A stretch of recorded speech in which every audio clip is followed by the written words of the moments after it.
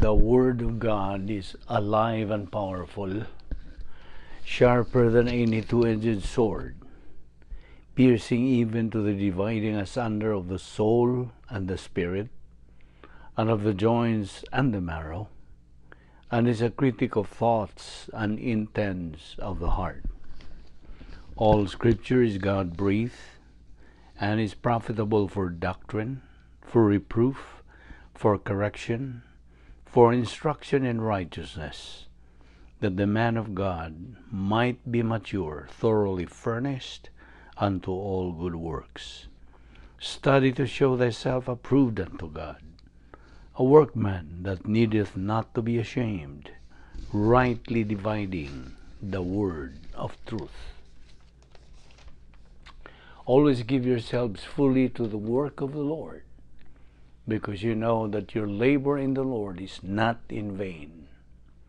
As we labor in the Lord faithfully, we wait patiently on the Lord who makes things grow. Preach the word, be ready in season and out of season. Reprove, rebuke, exhort with great patience and instruction. For the time will come when they will not endure sound doctrine, but wanting to have their ears tickled, they will accumulate for themselves teachers in accordance to their own desires, and will turn away their ears from the truth, and will turn aside to myths. Let us remember this, that we live in a day where biblical truth is considered hate speech, even among those who profess Christ. It is loving to tell the truth, no matter how much it may hurt the hearers. For I am not ashamed of the gospel of Christ, for it is the power of God unto salvation to every one that believeth, to the Jew first, and also to the Greek.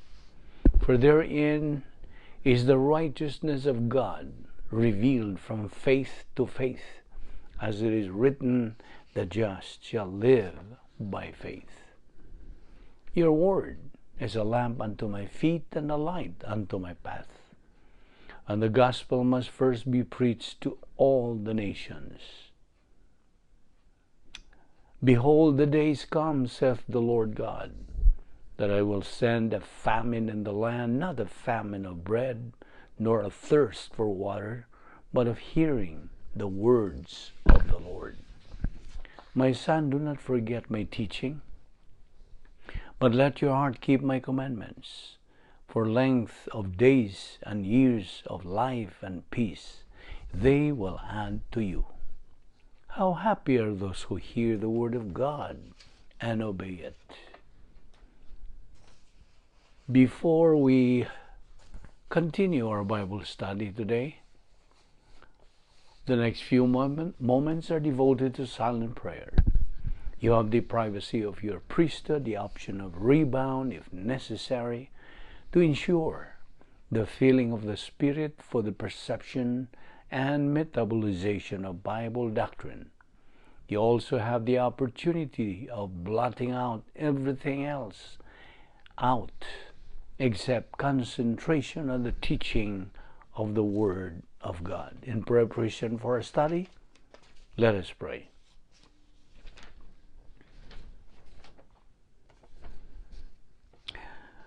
Most gracious Heavenly Father, we thank Thee for the privilege of being sustained logistically in this devil's world, and for the privilege and the opportunity of fulfilling the most exciting and unusual plan of all human history. We are grateful, Father, that we live in the church age and in no other dispensation, where we have been given so much and where the significance of the ordinary believer is beyond measure.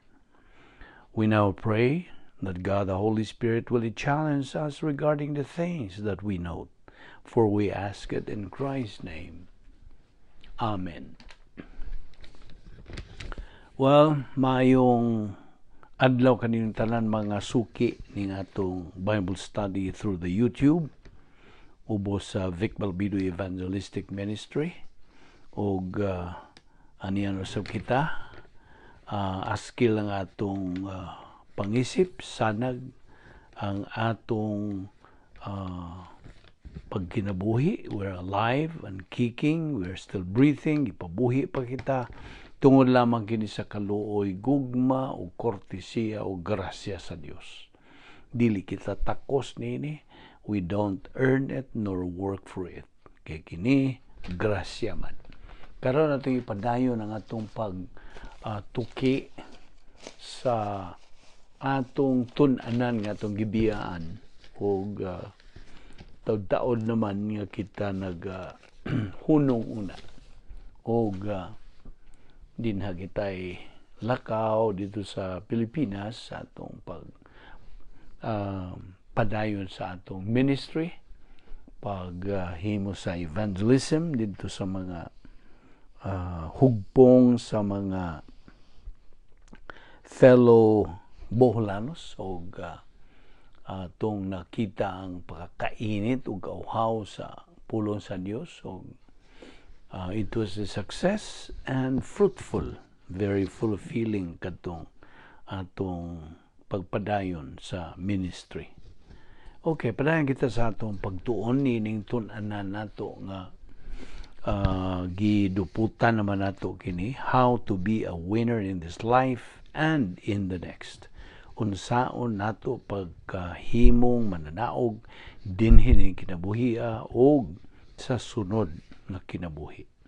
Og ato namang at dinhi ang kahulugan ning pagka-winner. Joshua 1:8 again talks about success and prosperity. Og success is always connected with God. And you see, God is the source of success. Karon padayon kita. Ani ay mga pangutana nga ipangutana gyud kini ni Ginoong Hesukristo sa matag usa ka magtutuo dito sa eternidad, in the eternal state.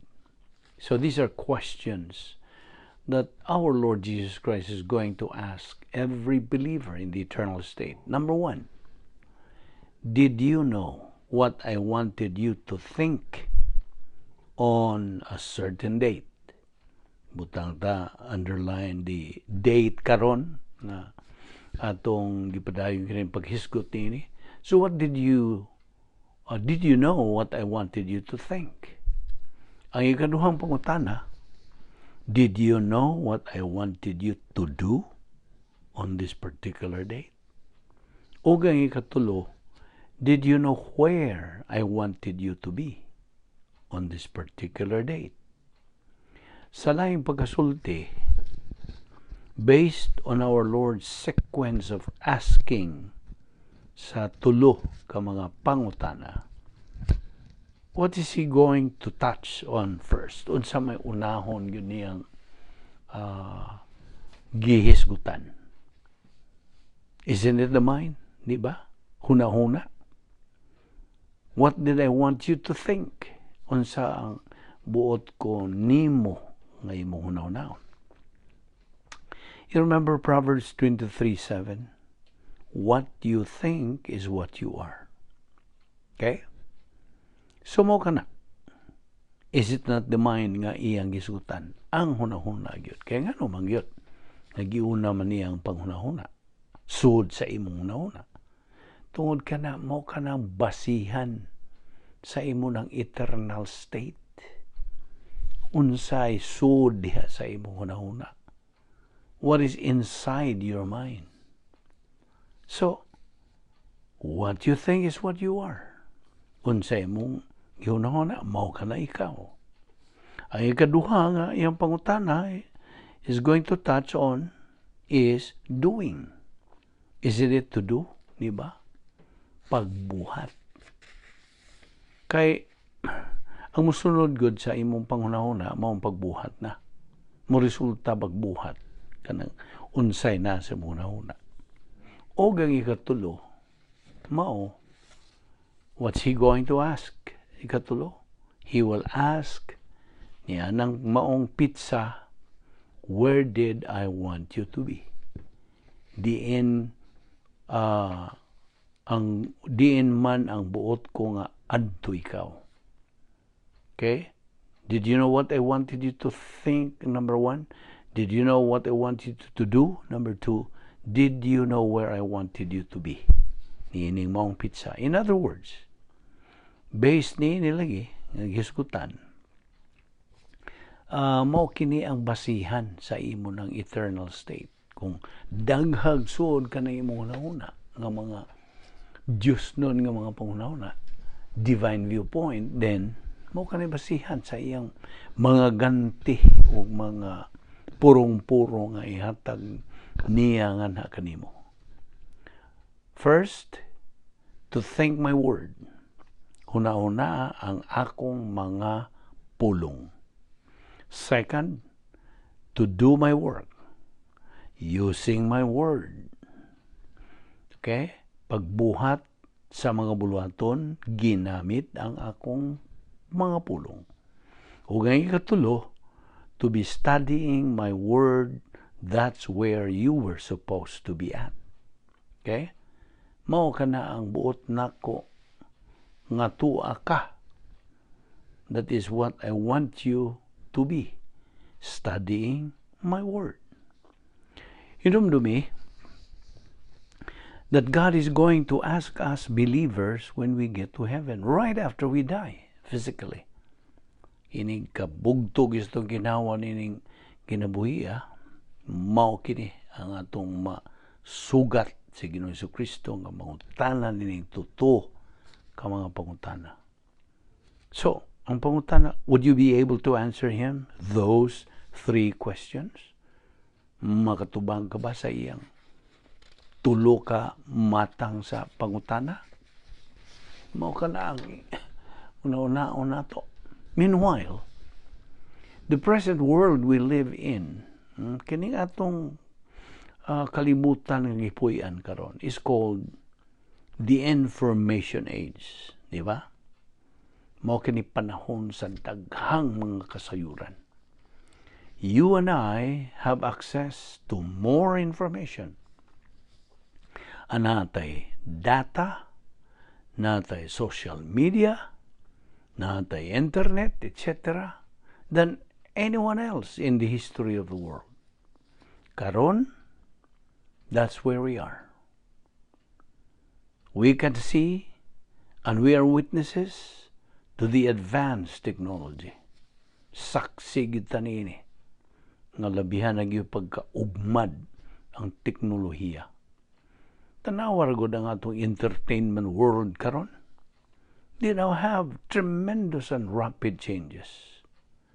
So, kitang tanan, we are all bombarded by all these technological advancements before our eyes. In other words, we are now living a far different world as compared to the time of our Lord Jesus Christ and His disciples. We in our present world, karon, nining atong gipuy ang kalibutan, karon, are becoming a frenzy of facts. Na mga computer are giving us a faster and faster rate of information. Libuan-kalibuan sa mga bagong mga basahon. Mga books are being published at so fast a rate. We now live in a different era. Lahi na ning atong panahon nga atong gipuy-an karon. Now, naibaw ka bagpilay mga tawag sa telepono nga gihimo sa mga Amerikanhon every day? How many phone calls are being made by Americans every day? 6 billion cell phone calls every day. Imagine that. That's only telephone calls. In other words, we Americans are buried under a mountain of information. Diba? We're bombarded by those mountains of information 24 hours a day. Ug ang grabe pa nini, the worst thing is, These mountains of information are irrelevant to our eternal destiny. Wag yo'y kahulugan ba? No, it's not relevant to our eternal destiny. Yes, they're all irrelevant to our eternal destiny. All of them. Sa laing pagkasulti, man is only full of cosmic, worldly viewpoints. Correct? Now, what we ought to know is how to end up in the right place in the next life. Mao gyud unta. How long, by the way, is eternity? Unsa mang gidugayon, unsa kalugaya ang eternidad. How long is eternity as compared to your present life? Atong ingnon, ibutang ta lang nga you're going to live for 100 years in this life. For 100 years, okay? Butang ta. How is 100 years compared to eternity? Kaya ang current lifespan, nagkaanam ni kinig kamubo, kabatanon. The current lifespan is getting younger and younger. Now, dili ta maka-cut-on gikan sa mga radio newscast, TV newscast, diya sa Facebook or Twitter, etc. May tungod sa eternidad in heaven. And yet, we will spend all eternity in the next life. How little time we spend preparing for the next life. Kamay ra gyud nga panahon we spend preparing for the next life. How little time we spend thinking about what is coming. So, kasagarang mga katawhan karon, bagang duot sa katawhan karon, try to earn their way to heaven. By what? Unsa?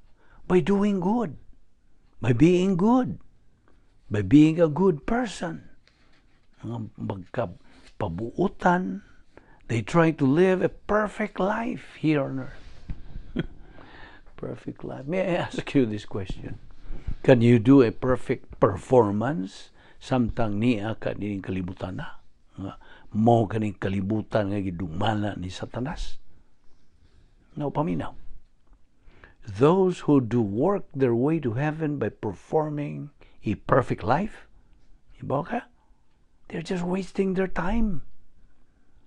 Nag-usik-usik lang yun sila sa ilang panahon. They try their best to live a perfect and a holy life in this life with the belief, uban sa ilang pagtuo, that they can get to heaven by doing so. Pagkaluoy yun. Now, what can they say about God's Word? Diya sa Efeso 2:8-9. Unsa gisulti diya? Ephesians 2:8 and 9. We have been saved by grace through faith. This salvation is not of yourself. It's a gift of God, not of works. Not of works, lest anyone should boast. Nagpasigarbo siya nga, mao kini akong binuhatan, matinumanon ko sa sugo sa simbahan, mao kana, mao kadto, ako'y kontra, buutan gyud ko, manggihatagon ko, hinimbahon ko, sa patanang mga maing buhat.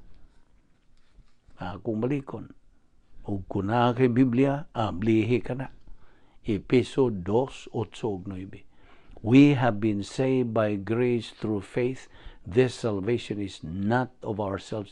It's a gift of God. Gasa sa Diyos. Not of what? Not of works. Dili sa mga binuhatan. Lest anyone should boast. Nasa may kasulti about that strong warning and caution to people who trust in their living a good, holy, and perfect life. Nasa may kasulti. Now let me repeat this warning and caution from God to people who think they can work their way to heaven by living a holy and perfect life. Pabasaha sila niya na. Efeso 2:8-9.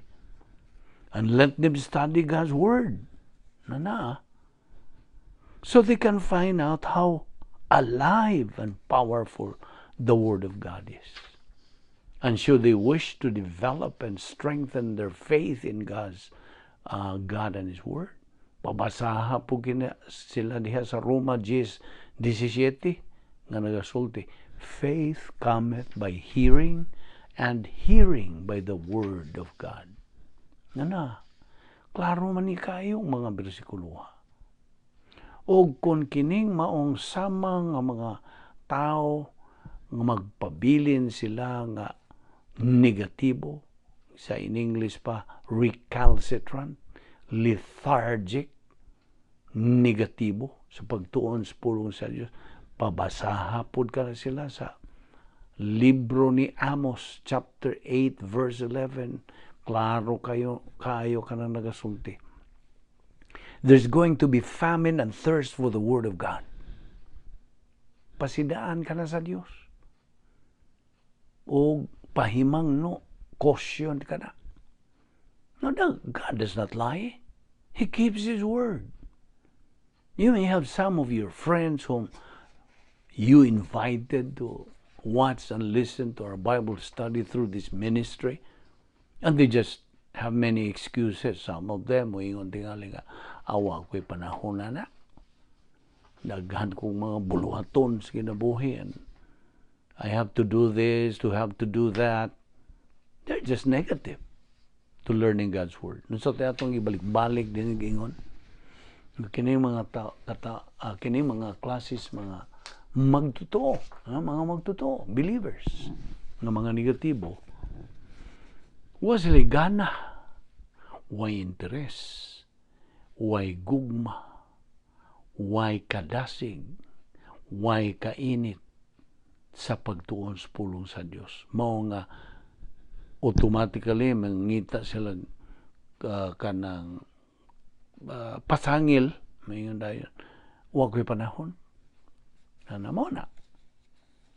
And as what Amos 8:11 says, there's going to be famine and thirst for the study of the Word of God. And when this warning, famine and thirst, comes, do you know what these negative people would do? Ibaw kagunsa? Mga tarantar mo naiinganlan ninyo kanang unsa ito ng panic. Mga tarantar. In panic, they would be asking you or other believers, hay naman ito inyong Bible study nga you used to attend and listen. Mga tanan sila. But, it's now too late, my friend. Awahin na.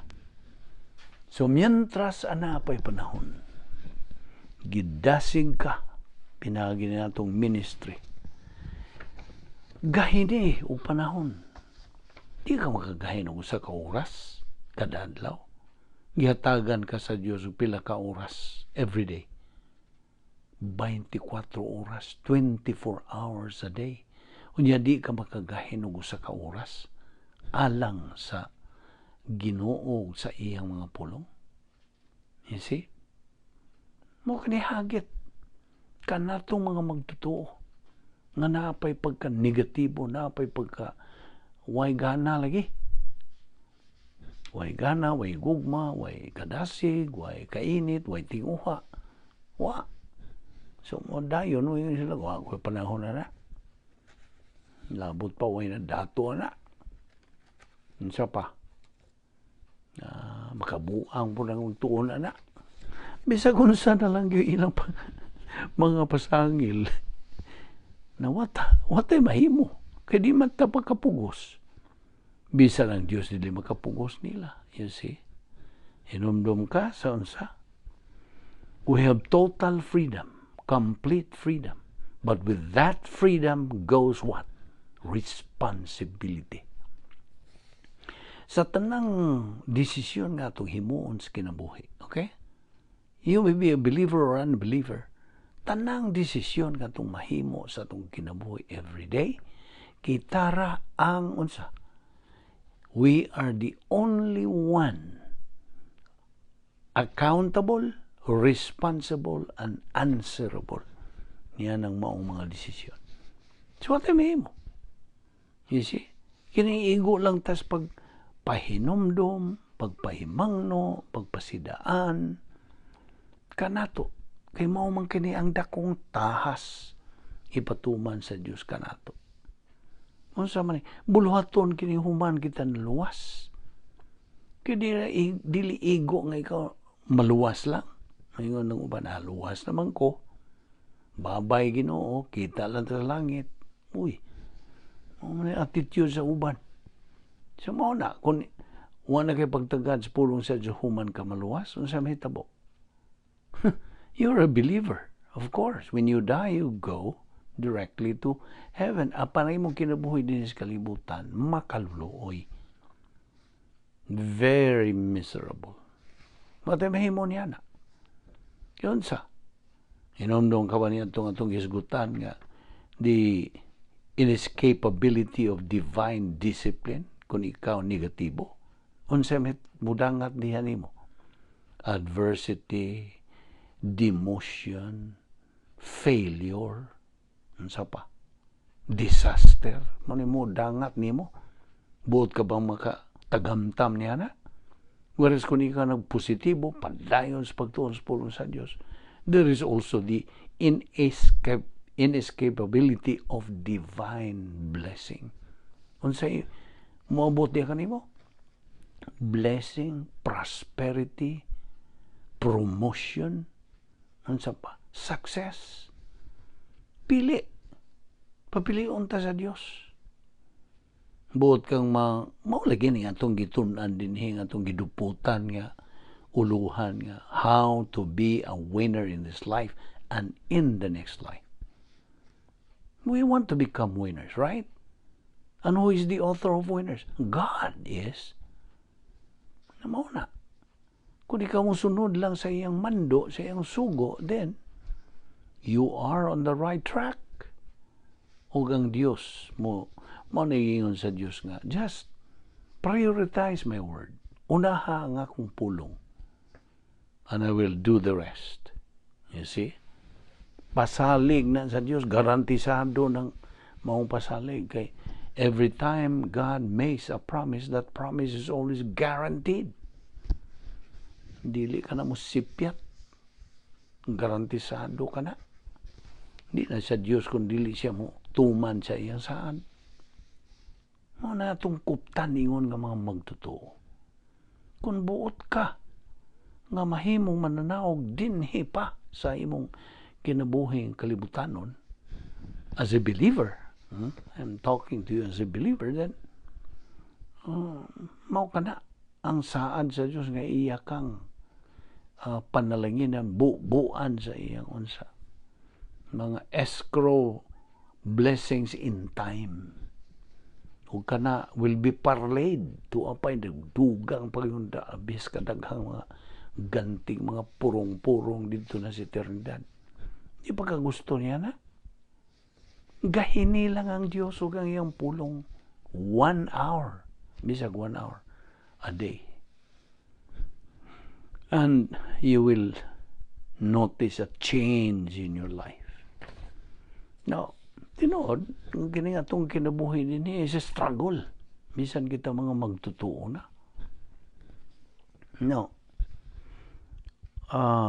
Well, pain. Atong isugutan ko nung gamay ni mahitungod ng pain. Kini bang mga sakit, ay nakaagi ako sakit sa akong paguli o well, that was part sa plano sa Diyos. Now, of course, everyone can experience lots of pain in their life. And maybe suffering, ini pang higayon na karon nagisugutan ini. Tingali nagaanto sila. O siguro ko nga matag usa, everyone knows people, good people who are going through some very painful experience right now. I know several in this category and we pray for them. on a regular basis. Natay mga higala, mga kaigsunan nga fellow believer nga antos usab na sila alantuson, ato sila i-appeal pag-ampo on a regular basis. Like the rest of the world, people in dito sa Pilipinas are experiencing many categories of pain. Now you may ask, why has God allowed my pain? Mamang yun sagad ipangutan na. Nga namang yung gitugutan man sa Diyos. Ang magtotoo nga nagatubo, who knows and applies the doctrines nga may kalabutan sa Christian suffering, ana siya'y katakos sa pagsugakod o pag-atubang niya ng maong alantuson o ang iyang mga benepisyo nga kuyog niya na. Now, ang Diyos mugamit sa alantuson to get our attention, diba? Mugamit siya sa pain to get our attention. Sometimes, we do not see the light. There is a saying, sometimes we don't see the light until we feel the heat. You know, good. Now, God puts us in the dark, so we will realize that He is the only light. God used pain, mugamit siya sa alantuson, to prepare us to believe the gospel and become a Christian. Even after we became Christians, human gyud sa atong pagkaluwas, ang Diyos mugamit sa alantuson to keep us going in the right direction. Nga padayon tas pagsibog ngadto sa unahan. Sometimes it takes a painful situation to make us change our ways. Naka na sa Proverbio 20, versikulo 30. Often we forget the source of our strength. We neglect God's grace recovery system nga magahatag kanato sa gahom to handle life. We get distracted from our need of daily spiritual renewal from God's Word. It is good for me that I was afflicted, for it taught me to pay attention to your laws. Naka na sa Salmo 119, versikulo 71. Ug ang Diyos nagatugot sa alantuson aron sa paghatag kanato sa usa ka ministry ngadto sa uban. 2 Corinthians 1:4. Diya sa 2 Corinto 1:3 ngadto 7 usab. Kung kita mo sanong, we respond to pain in the right way. Kung ato kining dawaton sa husto nga paagi, it operates us to serve. Pain can help us to be humble, sympathetic, and sensitive to the needs of other people. Busa, ang Diyos dili lang kay buot niya nato nga masugakod kining maong mga lantuson nga niya kanato, but He wants us to recycle the pain in our life to benefit other people. Now, any president of a country not only should know how to handle his pain and carry on with his life in a responsible way, but he should recycle his pain with a great attitude and a positive testimony when questioned about it. So, 1 Peter 3:15, we are to be ready for those opportunities. There is too much pain out there to simply wait for some time to question us. Sometimes God wants us to take the initiative. Galatians 6:1. So, mao kini ang punto nga itong idadin nga ang atong kinabuhi dinhi ni ining kalibutan nga gidumala ni Satanas, the arch enemy of God, kita musugakod yun. We are on a struggle, moment by moment. You see? That's why God wants us to study His Word, assimilate His thinking, His mind, His viewpoint, aron kita unsa maka-handle all of these problems and tribulations, o mga difficulties and mga gumunhap sa kinabuhi with ease and in tranquility. Under pressure kita maka-unsa sugakon, makatubang ning tanan tungod kay naa katay gahum sa Espiritu Santo nga niya kanato. Kining gahuma ihatag sa Dios kanato sa diha nga kita nagatubo spiritually. Padayon kita sa pagsibog nga tusunahan, pagtuon sa iyang pulong on a daily basis. Mao nga kining atong ministry on a daily basis. O nara kanimo, mupahimos ka ba nini o dili? Na kamay unsa? Kaugalingong kabubuton, you see? O mao nga pila ra man itong pinuy-an ining kalibutan na. So, life is just a passage of time sa atong ibalik-balik din Just a passage of time. Ang importante nga kita magakinabuhi, subay sa mando, sa sugo sa Dios, diha siya mga pulong nga available ka na 24 hours a day, 7 days a week, 365 days a year. Available. Kaya kita atubang mga moment by moment problems in life.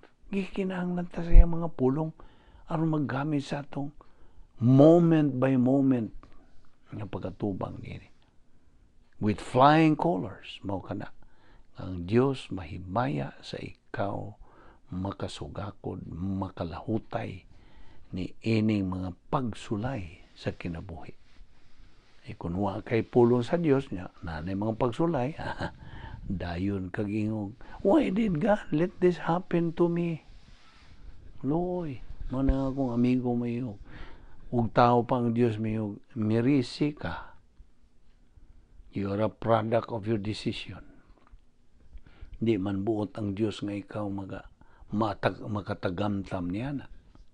Ang Dios buot nga ikaw magmadinaugon. Winner in this life and in the next. Kay kung ikaw